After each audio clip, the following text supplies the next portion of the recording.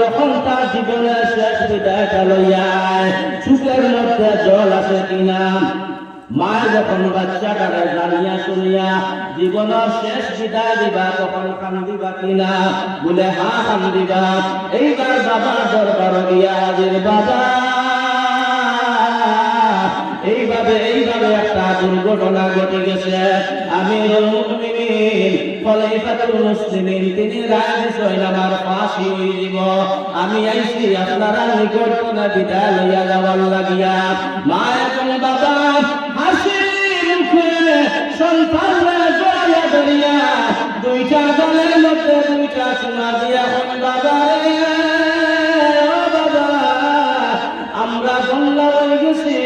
মা এখন বাবারে আমার পেট ধন্য হয়ে গেছে, কারণ হইল তোমার মতো একজন সব সন্তান যদি আমি পেটে লইতাম পারছি, আমার মায়ের জীবন ধন্য।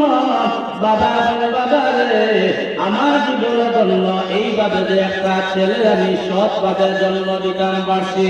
হাসি মুখে মা এখন বাবা যুবকটারে বিদায় দিলাই।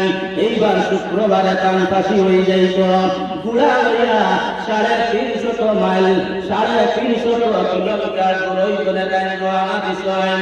একদিন, 2 দিন, 3 দিন, 4 দিন যায় গিয়া পরের দিন শুক্রবার রাত্রবেলা হইয়া একটা বাড়ির মধ্যে আইয়া বিশ্রাম নেই।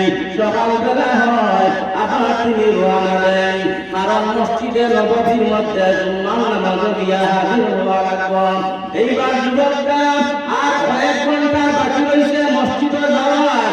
ঠিক ওই সময়ে গুড়ার চুঠার মধ্যে একটা রশি লাগাই তাকে কিনা কন্ট্রোল করার লাগি। এই যুবকটা গুড়াটারে যে রশি দিয়া কন্ট্রোল করে ওই রশিটা ছিঁড়ে গেছে। এইবার গুড়ার দৌড় দিলাইছে, যুবকটা জমিনের মধ্যে পড়ে গেছে। 2-3 ঘন্টা বাকি রয়েছে মদিনার মধ্যে যাওয়ার। কিন্তু এইদিকে হযরত উমরে জানাইয়া গেছেন, যদি যুবক নাই তাহলে কথা তোমার কাছে দিব। এই টেনশনটাও বাচ্চাটার যুবকটার মাথার ভিতরে আছে কিনা?